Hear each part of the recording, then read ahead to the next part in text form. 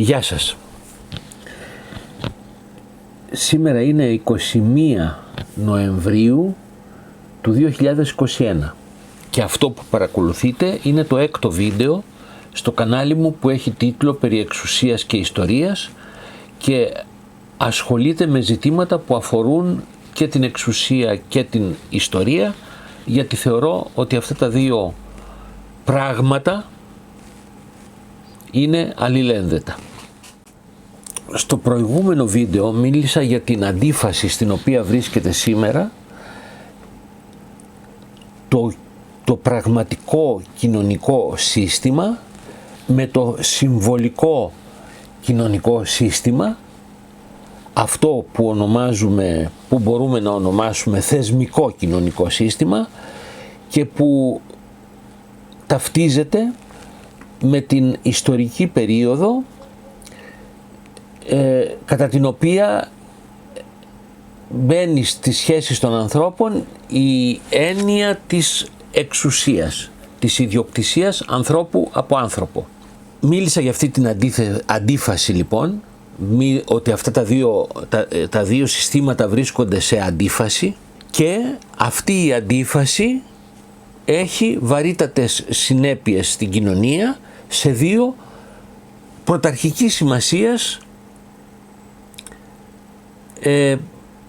προβλήματα που είναι η ειρήνη και η υγεία. Είπα δηλαδή συγκεκριμένα πως ενώ το πραγματικό κοινωνικό σύστημα σήμερα είναι όριμο για να δώσει ένα τέλος στους πολέμους και να δώσει μια αρχή στην απρόσκοπτη εξυγίανση της κοινωνίας, είναι το εξουσιαστικό σύστημα, ο παράγοντας της εξουσίας που επικάθεται πάνω στο εξουσιαστικό σύστημα, που εμποδίζει να δοθεί το τέλος αυτό και η αρχή που επιθυμεί η ανθρωπότητα και κάθε κοινωνία.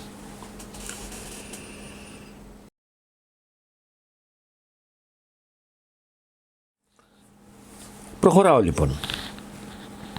Μέχρι σήμερα αναφέρομαι στην κοινωνία σαν να είναι κάτι ενιαίο. Μιλάω για την ιστορία της, την περιοδολόγησή της που λένε, το πότε ξεκίνησε να υπάρχει ιδιοκτησία, πότε ξεκίνησε να υπάρχει η έννοια της εξουσίας, και είπα ότι σήμερα είναι το τέλος αυτής της περίοδου. Δεν αναφέρθηκα σε εσωτερικές κοινωνικές αντιθέσεις, παρά μόνο κάπως εξωτερικά στην αντίθεση ανάμεσα σε δύο συστήματα που είναι αλληλένδετα, το σύστημα το πραγματικό και το σύστημα το συμβολικό, το λεγόμενο σήμερα θεσμικό.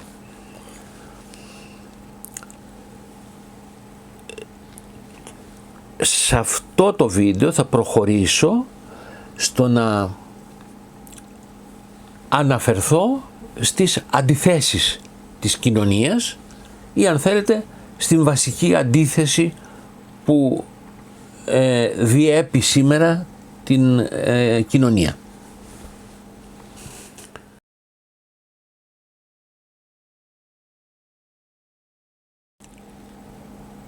Αν θέλει κανείς να μιλήσει για αντιθέσεις, πρέπει να αναφερθεί,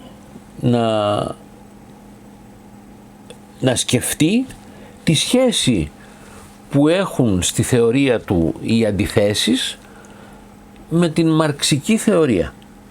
Γιατί ο Μάρξ είναι ο πρώτος που μελέτησε την κοινωνία με βάση τις εσωτερικές της αντιθέσεις. Ο Μάρξ είπε πολλά και σπουδαία, τα οποία όμως συνοψίστηκαν και από αυτόν και από τον Έγγελς σε μία βασική φράση, ότι η γνωστή ιστορία της ανθρωπότητας, της κοινωνίας, η αρχαία και η καινούρια, δεν είναι παρά η ιστορία της ταξικής πάλης. Εμφανίζεται επομένως να είναι το κίνητρο, η ατμομηχανή που συνηθιζόταν να λένε οι αριστεροί της ιστορίας να είναι η ταξική πάλι, οι ταξικές αντιθέσεις που οδηγούν σε συγκρούσεις στην ταξική πάλι. Εκ πρώτης όψεως εγώ φαίνεται να λέω κάτι πολύ διαφορετικό, ότι η ιστορία της ανθρώπινης κοινωνίας, συμπεριλαμβάνοντας δηλαδή και τη λεγόμενη προϊστορία μέχρι σήμερα, είναι η ιστορία της αντίθεσης μεταξύ της συντηρητικής τάσης της κοινωνίας. Τη συντήρηση την θεωρώ τάση, δεν την θεωρώ στάση, και της επαναστατικής τάσης της κοινωνίας.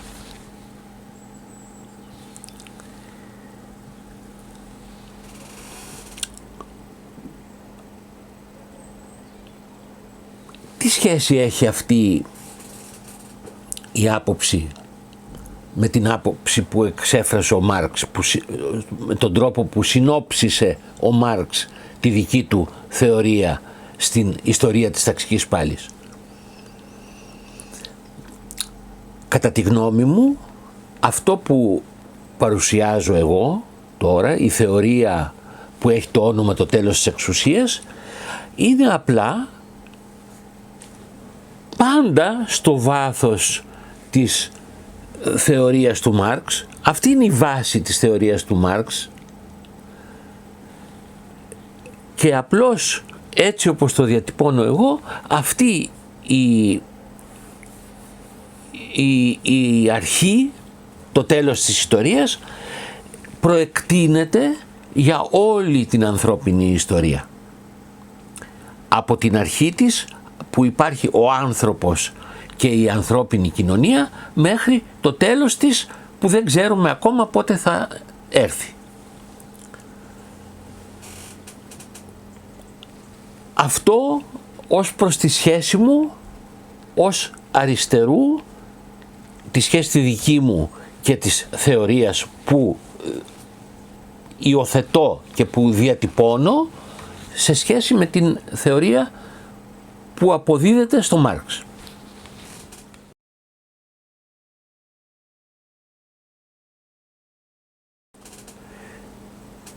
Ένα δεύτερο πράγμα που πρέπει να πω είναι η σχέση ανάμεσα σε αυτό που λέω πραγματικό κοινωνικό σύστημα και σε αυτό που ονομάζω συμβολικό κοινωνικό σύστημα, που για την περίοδο της ύπαρξης τάξεων, όπως είπα σε σχέση με τον Μάρξ, για την περίοδο που υπάρχει, όπως λέω εγώ, ο παράγων της εξουσίας στις σχέσεις των ανθρώπων, είναι το θεσμικό κοινωνικό σύστημα. Το συμβολικό κοινωνικό σύστημα που υπάρχει όσο υπάρχει η ανθρώπινη κοινωνία, που αφορά τις συνειδήσεις των ανθρώπων,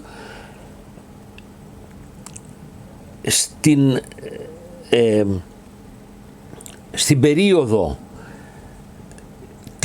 της ταξικής κοινωνίας ή της εξουσιαστικής κοινωνίας για την οποία μιλάμε,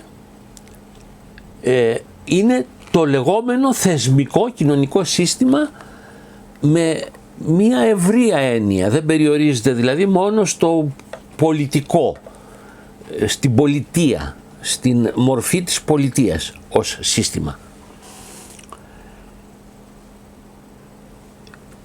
Έχει όμως σημασία να παρατηρήσω εδώ ότι πώς ακριβώς είναι αυτή η αντίθεση και η σχέση. Ενώ το πραγματικό κοινωνικό σύστημα εξελίσσεται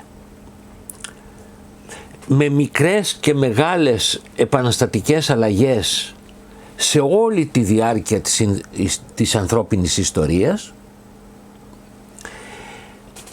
το θεσμικό, το συμβολικό κοινωνικό σύστημα δεν ακολουθεί κατά γράμμα αυτές τις αλλαγές, αλλά τις ακολουθεί με διακυμάνσεις, με καθυστερήσεις και με γρήγορες προωθήσεις για να προλάβει το πραγματικό σύστημα. Και σήμερα, επομένως, όλες οι πολιτικές σχέσεις των ανθρώπων δεν αφορούν το πραγματικό κοινωνικό σύστημα, αλλά αφορούν τον τρόπο που αντιμετωπίζουν τις εξελίξεις στο πραγματικό κοινωνικό σύστημα. Για να το πω με δύο λόγια αυτό, επειδή ακριβώς υπάρχει μια παρεξήγηση ότι την κοινωνία την δημιουργούμε, πως θα φτιάξουμε έναν καλύτερο κόσμο. Ναι, ως προς το καλύτερο ή προς το χειρότερο, πράγματι εκεί είναι ο ρόλος μας. Αλλά ο κόσμος ο μελλοντικός είναι καθορισμένος, εκτός αν τελειώσει από κάποια φυσική ή ανθρώπινη επέμβαση και καταστροφή, αυτός όσο ζει, όσο υπάρχει αυτό το πραγματικό κοινωνικό σύστημα, εξελίξεται ανεξάρτητα από τη θέληση των ανθρώπων. Εκεί που μπαίνει η θέληση των ανθρώπων είναι πώς διατίθεται η κοινωνία απέναντι στις εξελίξεις και στις αλλαγές που πραγματοποιεί η ίδια. Τελείωσα και με αυτό.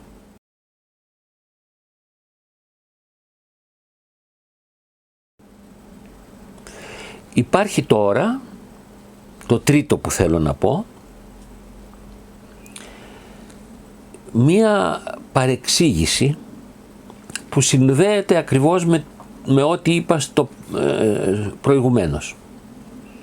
Υπάρχει δηλαδή η παρεξήγηση ότι δεν είναι δυνατόν να υπάρξει διακυβέρνηση χωρίς εξουσία. Όταν λέει κανείς ότι τελείωσε η εξουσία, η απάντηση που έχει ένας άνθρωπος ειλικρινά αφελής είναι «Μα καλά, και ποιος θα κυβερνάει την κοινωνία, αν κάποιοι δεν έχουν την εξουσία να κυβερνούν την κοινωνία». Εδώ λοιπόν υπάρχει αυτή η παρεξήγηση. Η διακυβέρνηση αφορά το πραγματικό κοινωνικό σύστημα. Δηλαδή, η λειτουργία της κοινωνίας είναι δεδομένη. Η πραγματική λειτουργία της κοινωνίας είναι δεδομένη. Εμείς απλά ως άνθρωποι, έχοντες συνείδηση, απλώς πρέπει να καταλάβουμε πώς λειτουργεί.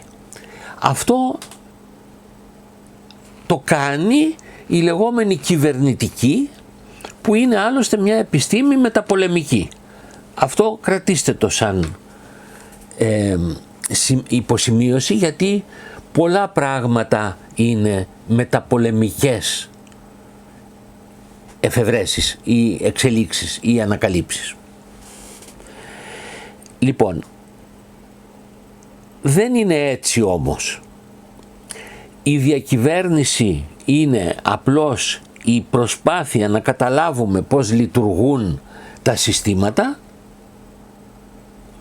και η κυβερνητική ως επιστήμη κάνει ακριβώς αυτό το πράγμα, ενώ η εξουσία είναι ως ιδιοκτησία ανθρώπου από άνθρωπο, με ό,τι μπορεί να σημαίνει αυτό, είναι η έννοια του ανθρώπου που είναι ικανός να κυβερνήσει, που είναι ικανός να καταλάβει πώς λειτουργεί η κοινωνία και να την κυβερνήσει.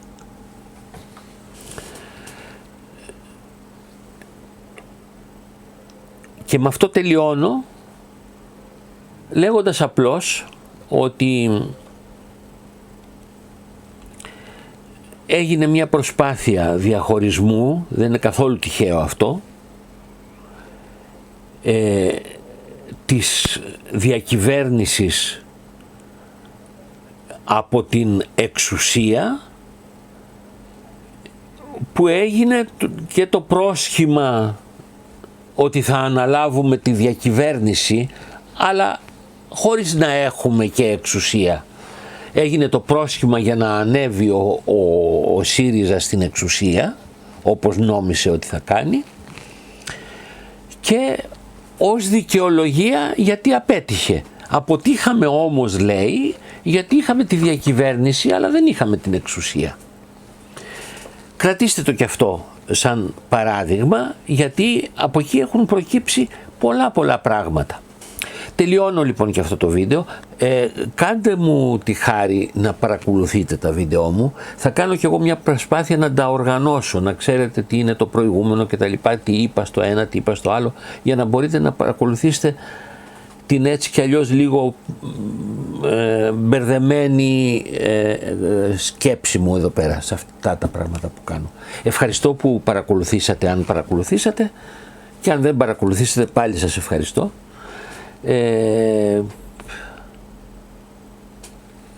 Αυτά.